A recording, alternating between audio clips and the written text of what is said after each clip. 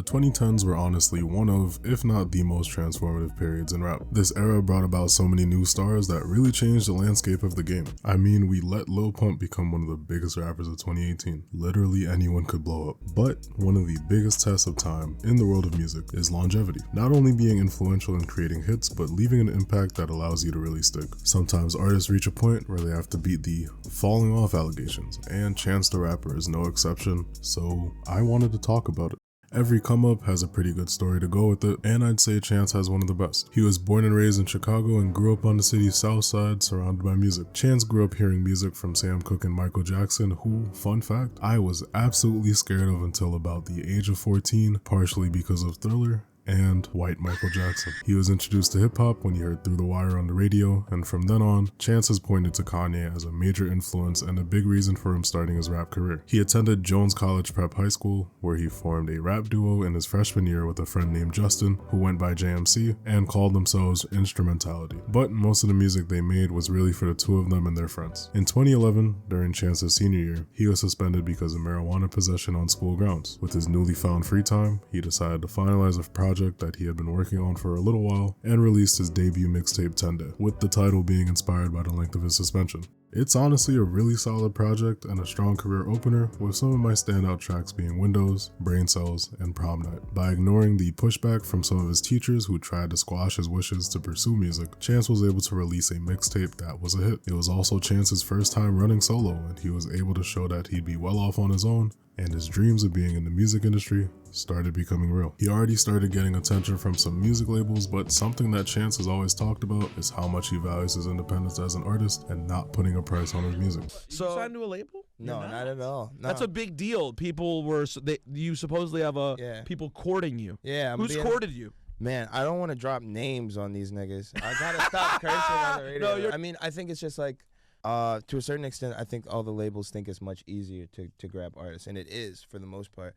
But I think just like my brand of music and what I've done so far is something that, you know what I'm saying, could stand to be sullied by, you know what I'm saying, signing to a label too early. He's a firm believer that music and creative expression should be easily accessible. Following 10 Days' success, Chance started to perform live around Chicago and was able to sell out the city's very own Lincoln Hall at his very first concert. Many saw him as the next big phenom in the rap world. After having more eyes on him and meeting Childish Gambino at South by Southwest through a publicist in 2012, Chance was featured on Gambino's 6th mixtape Royalty on the song They Don't Like Me, and the two would go on to become great friends. But the grind did not stop there for Chance following his newfound success. He kept writing, producing, and putting together the team he wanted to help him create his next project. On April 30th, 2013, Chance released Acid Rap, and it is one of my favorite pieces of music to date. I've probably listened to it at least 50 times. The tape has features from Twista, Saba, No Name, Vic Mensa, Childish Gambino, and plenty of others who helped make this tape as impressive as it was, and the chemistry across the project could not have been more apparent. This much star power displayed how much Chance had grown in a matter of 2 or so years. We got to see him in a reflective, contemplative state, all while he seemed more confident, gave us insight into his vast headspace in his own unique way, and just so happened to be experimenting with drugs. At a time when Chief Keef was pretty much the biggest young voice coming out of Chicago, Chance was able to display a different side of the coin as someone else raised by the city. Many, and even Chance himself, have called it his best work multiple times, and it honestly is. I would say,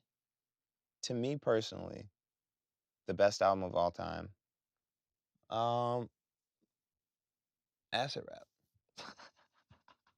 The vulnerability, wordplay, and creativity that he expressed on this tape was not only a crazy transition from 10 Day, but has yet to be matched by him even today, and is undeniably the biggest reason for how big he has gotten. In 2014, Chance started breaking into the mainstream when he became a XXL freshman, and at the Made in America festival in LA that same year, he finally got to meet his idol Kanye West. This meeting would plant the seeds for their friendship, which would blossom pretty quickly. In 2015, on The Late Show with Stephen Colbert, he'd perform a new song called Angels with fellow Chicago artist Saba, and the song would end up being on his 3rd mixtape.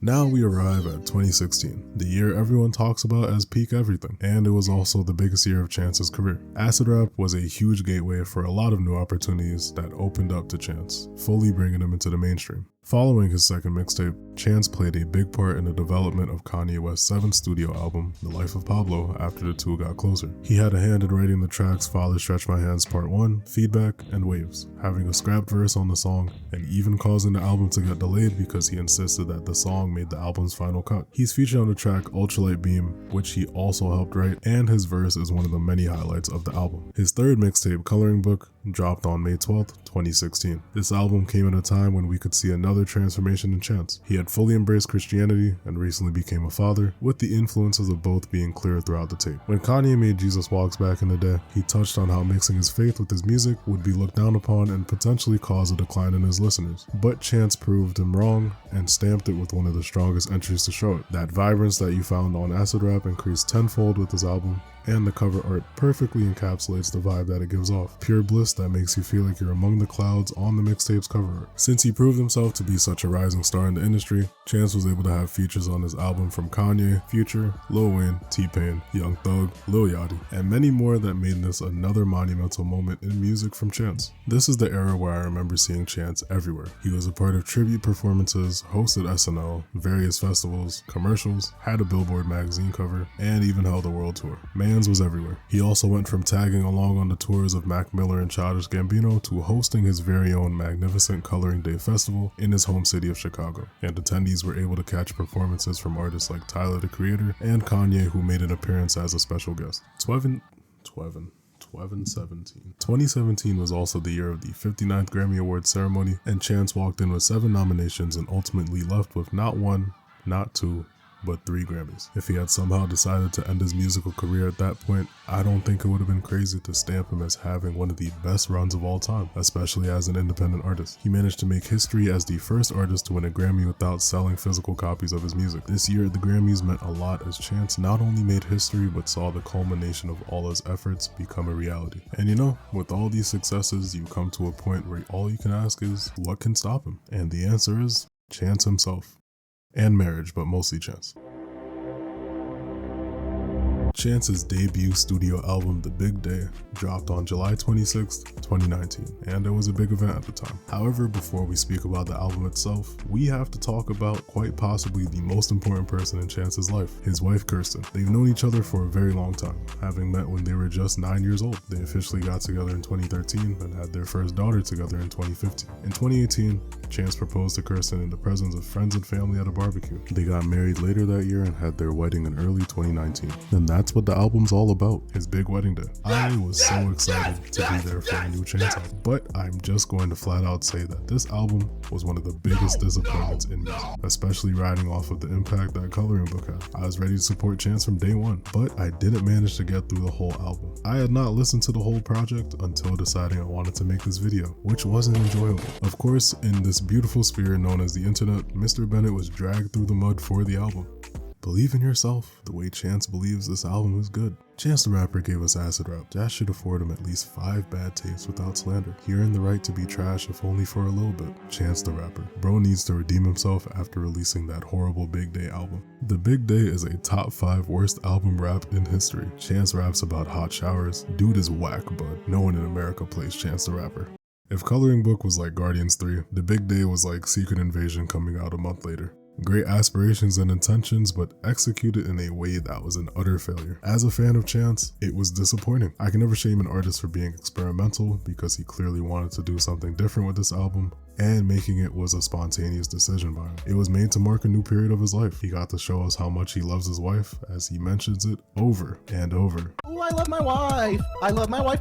Chance set out to make a wedding soundtrack, and I think he got too caught up in that idea, not making this album as accessible as his past mixtapes. 2020 showed off some pretty bad fallout that came from his debut album. Being the disaster it was, The Big Day caused a major meltdown between Chance and his manager Pat. I didn't mention him earlier, but they met way back in 2012 through Chance's dad. Him and Chance worked side by side to shake up the industry with their independence model, but they drifted apart after the album flopped. Pat sued Chance on November 30th, 2020 for around $3 million in damages. He cited the album's lackluster performance and a breach of contract, which all erupted from Chance deciding to let Pat go in April of 2020. Pat never thought it was a good idea for Chance to release The Big Day when he planned to. Chance completely blindsided him with the idea of him releasing his debut album in 2019, and Pat allegedly insisted that it wouldn't be a good idea given such a small time frame. When it came to the making of the album, he also stated that studio sessions were unproductive, and the overall lack of quality was what led to the major disappointment of fans and a very low amount of ticket sales for the big tour, which is why many thought that it was cancelled after 5 shows. Reading over the lawsuit itself was a bit sad since Pat detailed everything he had done for Chance. That included insanely committed marketing campaigns that got him shows and spots on tours, and negotiating a deal with Apple Music that got Coloring Book onto the streaming platform. It really put into perspective everything the two of them had done together, and it also makes you wonder how much they would have gotten done had Pat not advocated for Chance's independence as hard as he did. Chance followed up by countersuing Pat for exploitation. Long story short, a judge shot down most of the claims that Pat launched against Chance and was left with a claim of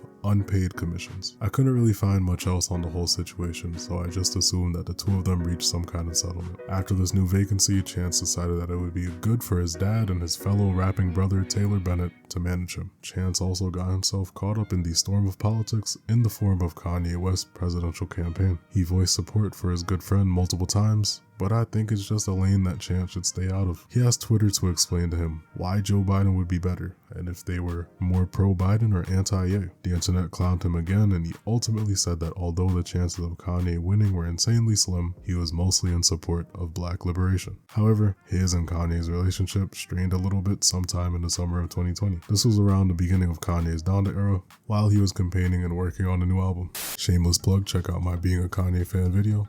Thank you all so much for the support. It's actually kind of insane how big that video has gotten. Kanye was at his Wyoming compound doing some studio sessions, and Chance flew out there to check on him. Kanye's mental health has always been of concern to the general public and his fans especially, but Chance wanted to really talk to his mentor and great friend to get a sense of where he was mentally. Things went south when he actually got there, and what should have been a private moment for the people there made its way onto the internet. They got into it, but they worked it out.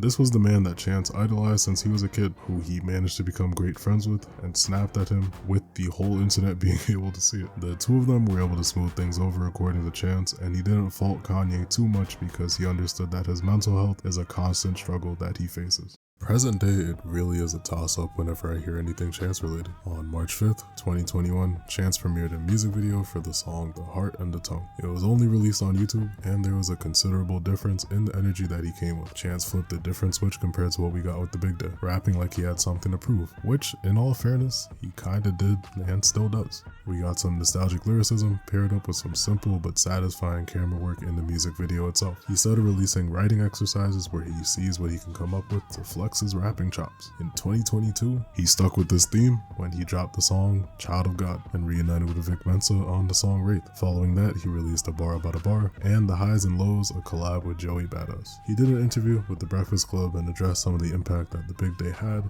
and the backlash he received on it. He also spoke about the new direction he decided to follow and an event that he was organizing. Chance assembled a festival in Ghana called the Black Star Line Festival and threw it on January 6, 2023. He had been spending a lot of time in Ghana, drawing inspiration for the paintings that he used as covers for his recent singles from one of the artists that he met while traveling. Most people who have actually tuned in have been pretty receptive and say that the old Chance is back. As of spring 2023, Chance has joined The Voice as a coach, and it was really weird seeing my dad acknowledge Chance the Rapper's existence while watching TV. This year, Chance turned 30, and it was also the 10-year anniversary of Acid Rap, and he did a few anniversary shows in New York, LA, and Chicago. Many have written off Chance the Rapper completely, which goes to show you how one fumble can ruin someone's entire image as an artist. He's a talented guy who took over the game in a way that hadn't been seen at the time, and his rise to stardom still impresses me when I look at it. But his talent also can't overlook some of the hiccups that he had in the more recent years of his career. This next album could bring back the kind of reverence and respect Chance had when he accepted his Grammys, whenever it comes out. See, that's also the issue. It's been about 4 years since The Big Day,